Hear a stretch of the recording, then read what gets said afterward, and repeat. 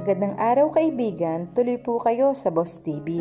At bago po tayo magpatuloy, pakilike po ng ating video at pakiclick na din po ng subscribe button at ganoon na din po ang bell icon para po sa parating pa nating mga upload. Kinasusuklaman ng dalaga ang mga lalaking tulad ng binata, mga lalaking nagsasamantala at naglalaro sa mga mahihinang babae. He was rich and gorgeous, mga katangiang sapat upang sambahin ito ng mga babae. Pero hindi siya. Magyeyelo muna sa impyerno bago siya maging biktima nito.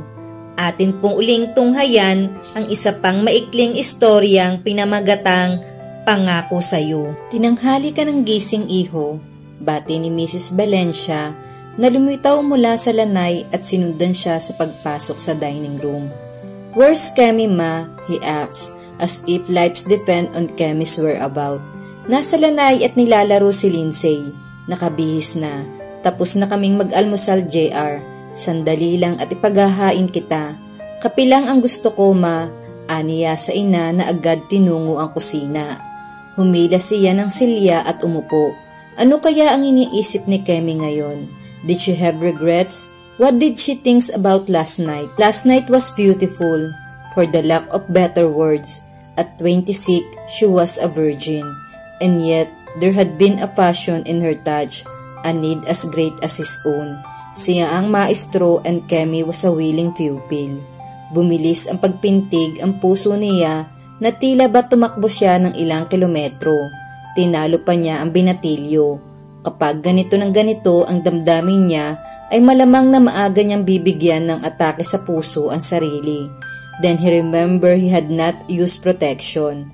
Kauna-unahan sa nakalipas na taon ng buhay niya, at hindi naisip iyon gayong sa nakaraang pakikipagtalik niya sa mga babae ay proteksyon na kaagad ang nasa isip niya, nasa kotse pa lamang siya. Nakakapagtakang hindi siya nag-alala sa bagay na iyon ngayon. Hinilot niya ang sentido. Magmula nang dumating si Kemi sa buhay niya ay nasira na ang nakaplano niyang buhay. "Masakit ba ang ulo mo, JR?" tanong ni Mrs. Valencia. Inilapag nito sa tapat niya ang mug na umuusok na kape. "Gusto mong ipostpone ang pagtungo natin sa klinik?" "I'm fine," sabi niya. "At kailangang matapos na ang lahat ng ito. And ma, we have to talk." "You sound serious," pabirong sabi nito. Pero humila ng silya sa tabi niya at naupo and placed a caring hand on her mother's shoulder. "I know this will break your heart, ma," he said softly. "Kilala ko na kung sino ang ama ni Lindsay." Hindi sumagot si Mrs. Valencia. Hinihintay ang susunod niyang sasabihin. "Natitiyak kong kilala niyo si Jonel Villanueva. Sinabi mo bang ang head security ng BTEX ang ama ni Lindsay?" Tumango siya. "Inamin mismo sa akin ni Villanueva na nagkaroon sila ng relasyon ni April nang kausapin ko siya kahapon." Gumuhit sa isip ang pakikipag-usap sa head security nang ipatawag niya ito at tanungin kung nagkaroon ito ng relasyon kay April. Agad itong umamin at nagulat pang alam niya iyon. Hindi nito alam na patay na si April at natiyak ni JR na hindi nito alam na nagkaanak ito kay April at hindi niya rin niya sinabi. "Listen, ma, ang tanging pruweba lamang ni Kemi na nagkaroon kami ni April ng relasyon ay yung mga cards at love notes na may pirmang JB, which stand for Jonel Villanueva.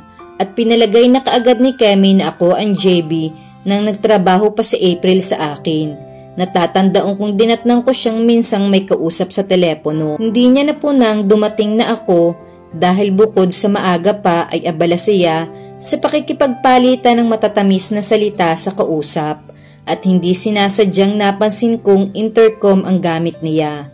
Kaya nang dalhin dito ni Kemi si Lindsay ay naisip ko ang eksenang iyon at nagpaimbestiga ako sa pabrika.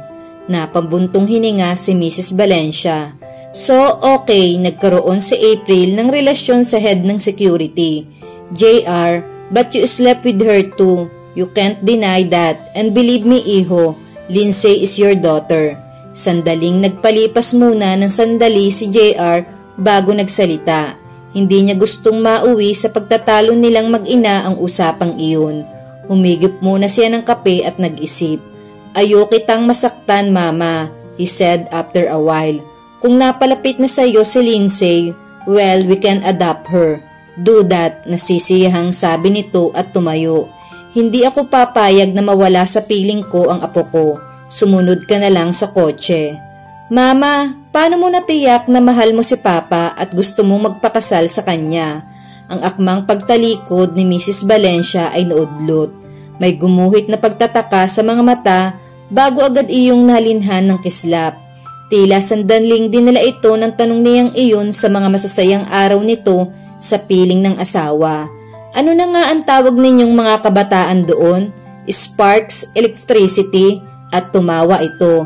It was the same with your father, iho. Nang ipakilala siya sa akin ay naramdaman ko agad iyon nang magdaop ang palad namin. But of course, iba kami noon kaysa kayo ngayon. Woman before weren't obvious. Bakit mo itinatanong? Nagkibit ng balikat si JR. Tinitigan siya ng ina na nakaangat ang mga kilay bago tuluyang tumalikod. Lalong gumulo ang isip niya. Spark, electricity. Anyway, ang problema sa paternity ni Lindsay ay nalutas na niya. Pero ang suliranin ng damdamin niya kay Kemi ay nagsisimula pa lang. At hindi niya matiyak kung ano ba talaga ang nararamdaman niya para dito at ang nararamdaman ni Kemi sa kanya. Hindi man lang umiiyak si Lindsay kahit nang turukan siya ng karayom. Komento ni Kemi nang makasakay na sila sa taxi pauwi na mula sa klinik ni Dr. Untalan. Si JR hindi man lang umusal ng kahit isang salita sa buong umagang iyon ay nauna nang umalis patungo sa opisina nito. Just like her father, si JR man ay hindi umiyak nang unang maturukan ng karayom para sa baksin nito noong baby pa ito. Tingnan mo at tulog na kaagad. Masuyong niyuko nito ang sanggol na karga at hinagkan sa noo. Pagkatapos ay nilingon si Kemi. Siya nga pala iha, nagkausap ba kayo kagabi ng anak ko tungkol kay Jonel Villanueva? Jonel Villanueva, ulit niya. Hindi kaya iyon ang tinutukoy ni JR na gusto niyang ipakipag-usap sa kanya kagabi? Pagkuway umiwas siya ng tingin dahil baka makita ng matandang babae ang pagbiglang pamumula ng pisngi niya nang maalala ang namagitan sa kanila ni JR. Nakalimutan na ni JR ang sasabihin sa kanya. He made love to her instead. Ang maisip iyon ay nagdudulot ng init sa buong katawan niya. Kanina, bagamat tahimik si JR ay alam niyang pasulyap-sulyap ito sa kanya. Sinadya niyang huwag salubungin ang mga mata nito. Hindi niya gustong mahalata ni Mrs. Valencia, lalo at nag-iiba ang pakiramdam niya sa tuwing magkakadikit sila ni JR. Sino hong Jonel Villanueva? Somehow the name was familiar. Siya ang head security ng BTEX. Inamin niya kay JR na nagkaroon sila ng relasyon ni April, na posibleng siya ang ama ni Lindsay. Ayon kay JR, iyong JB na sinasabi mo ay Jonel Villanueva. Alam mo ba ito? Jonel Villanueva. Inulit niya iyon sa isip, JB. She muttered under her breath. Napahugot ng hininga nang marehistro iyon sa isip. Halos panawa ng kulay ang buong mukha niya. Nagpatuloy si Mrs. Valencia. Naniniwala pa rin ako na si Lindsay ay apo ko. Hindi ko pa na ipakikita sa iyo ang lumang album ko noong kabataan ko na nasa attic. Kamukha ko si Lindsay noong bata pa ako, Kemi. Hayaan mo at isa sa mga araw na ito ay ipabababa ko ang malaking kahon sa attic. Hindi siya makausal ng kahit isang salita. Sabik si Mrs. Valencia sa apo, kaya ang tingin nito kay Lindsay ay kamukha nito. Nung una niyang dating, ang bata ay si JR naman ang sinabi nitong kamukha si Lindsay. Ang hindi ko alam ay kung saang parte ng pakikipagrelasyon ni April kay Jonel Villanueva naganap ang sa kanila ni JR, patuloy nito. Anyway, anak man ni JR si Lindsay o hindi, walang makapag-aalis kay Lindsay sa piling ko. The last sentence was uttered with firm determination. Nanlulumong napailing si Kemi. Nagkamali siya. Inakala niyang si JR Valencia ang JB na karelasyon ni April. Ano itong ginawa niya?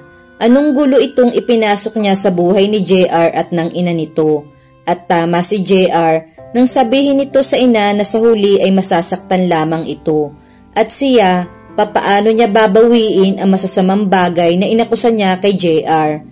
At papaano ang mama niya sa probinsya na labis na nalungkot nang iluwas niya sa Maynila si Lindsay. Nanatili siyang nakatitig sa kisame, ipinakancel niya ang appointment niya sa umagang iyon dahil hindi lang siya makapag-concentrate. Ang laman ng buong isip niya ay si Kemi. He had to do something before he go crazy.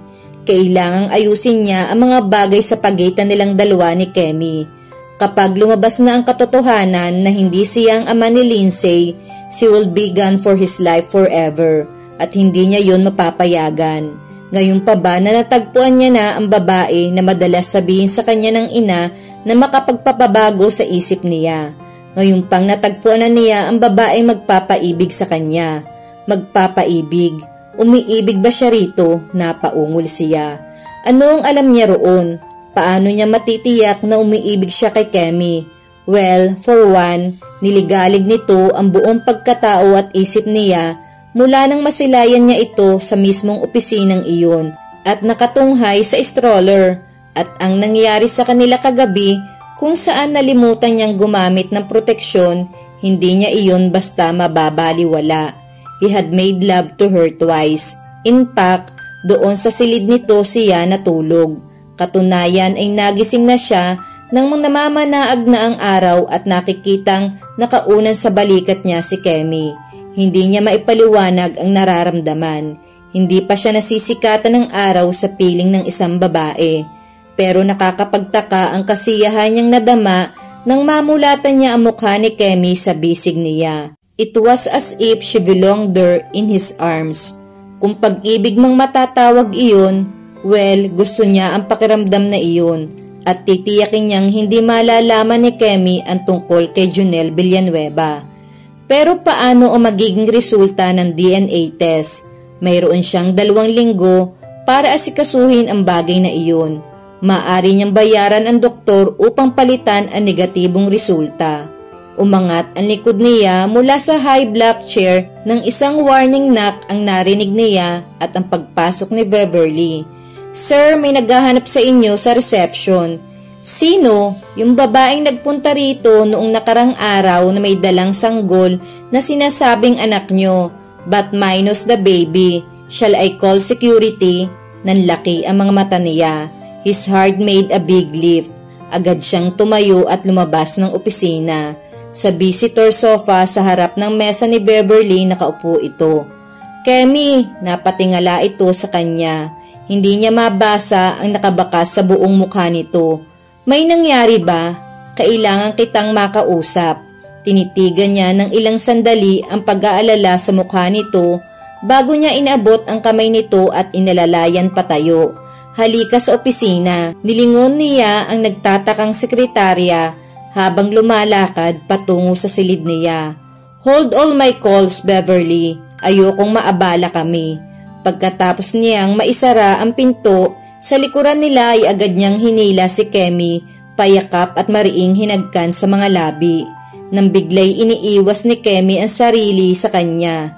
Please JR, you must stop this. Mahalaga ang sasabihin ko sa'yo. Kemi said in both worried and aroused voice. Tinitigan ito. Tila napakabigat ng alalahaning nakalatay sa mga mata nito. Inakay niya ito patungo sa sopa at inuupo. Hinila niya ang visitor chair sa harapan ng mesa niya at pinuwesto sa harapan ni Kemi at napuroon. Okay honey, tell me what's wrong. Ano? Pinutol ng biglang pag-iyak nito ang sasabihin niya. May tila bakal na mga daliri ang dumuklot sa puso ni JR. Mas siya ang nahihirapang makita ito sa ganung anyo at hindi pa niya alam kung bakit. Hinawakan niya ito sa ilalim ng baba at itinaas iyon. Ano ang problema, Kemi? He asked gently. He was silent for a moment, holding back her tears. Patawarin mo ako, JR. Nagkamali ako, inakasuhan kita ng mga masasamang bagay. Isang malaking pagkakamali ang nagawa ko. Dumukot sa bulsa niya si JR at ibinigay rito ang panyo. Dinampi iyon ni Kemi sa mga mata bago nagpatuloy. Hindi ko gustong saktan ang mama mo. Naging napakabait niya sa akin, sa amin ni Lindsay. If you hate me, I hate myself more. Nagpadalos-dalos ako. Ang gusto ko lang naman ay maipakilala si Lindsay sa tunay niyang ama. Hindi ko gustong danasin niya ang dinanas namin ni April. Darling, please patapusin mo ako. Itinaas nito ang kamay sa bibig niya. Hinawakan niya iyon at kinulong sa mga palad niya. Kanina ikinuwento sa akin ng mama mo ang tungkol kay Jonel Villanueva. Of course, I know he had been April married boyfriend. Hindi ko agad naiugnay dahil June kung tawagin siya ni April. Napahugod si JR ng malalim na hininga. Inaasahan na niya ito pero hindi ganito kaaga. Ano pa ang sinabi sa iyo ni mama tungkol kay Villanueva? Iyon lang ang binanggit niya. Gusto ko lang makilala ang Jonel na ito, JR. Look, Kemi, I want you to listen to me first. I don't hate you, he said softly. Thank you, she whispered and bit her lips. Pangalawa, maaring hindi rin siya ang ama ni Lindsay. Nagkaguhit ang noo nito. I don't understand. They had a relationship, yes, but Jonel is a married man, Kemi. Nakiusap siyang huwag na sanang makarating pa sa asawa niya ang bagay na ito. Kung sasabihin mo sa kanya ang tungkol kay Lindsay, magugulo ang buhay nilang mag-asawa. Nanlumo si Kemi, napapailing. Kung ganon, hindi kailanman makikilala ni Lindsay ang tunay niyang ama. Listen to this, honey, patuloy niya. Kung saan man galing ang ideyang pumasok sa isip ni JR nang sandaling iyon ay hindi niya alam. Jonel couldn't be father. Bago papakawalan ni Kemi ang anumang sasabihin, ay agad niyang dinugtungan ang sinabi. Sa dating ahensyang kinauugnayan ni Jonel ay nabaril siya na magkaroon ng bank robbery. It affected his reproductive organ. Gustong mamangha ni JR sa katang isip na iyon. He, after all, would make a good writer. Kumunot ang noo ni Kemi. Papaano mong nalaman? Napalunok siya. Kinausap ko siya, remember. Sinabi ko ang tungkol kay April na nagkaanak ito at maaaring siya ang ama. Imposible raw iyon dahil hindi na siya magkakaanak. Though he had 2 children with his wife. Pero nangyari iyon bago ang aksidente. But he could be lying. Gusto niyang itanggi ang, he said he's willing to submit proof that he can't be Lindsay's father. Patunay ng mga doktor na gumamot sa kanya na mangyari ang aksidente. Naramdaman ni JR ang malamig na pawis na namumuo sa gilid ng noo niya sa kasinungalingang iyon. Pero bakit kailangang ihantad ko pa si Jonel sa ganung kahihiyan, Kemi? Ang sabi ko'y naniniwala ako sa kanya, total ay madali para sa aking alamin kung totoo ang sinasabi niya. Isa pa'y magugulo lamang ang lahat sa kanilang mag-asawa. Of course, you're right, nanlulumong sang-ayon nito. Ayoko nang dagdagan pa ang gulong ginawa ko dahil lang sa pagnanais kong matagpuan ni Lindsay ang tunay na ama. Hinagka ni JR ang mga balikat nito. Tulad ng sinabi ko sa iyo, nakahanda akong akuin si Lindsay bilang tunay kong anak. Nahulog na ng gusto ang loob ni mama sa sanggol. Mahal niya si Lindsay. Tatawagan ko ang abogado ko at ipahanda ang adoption paper.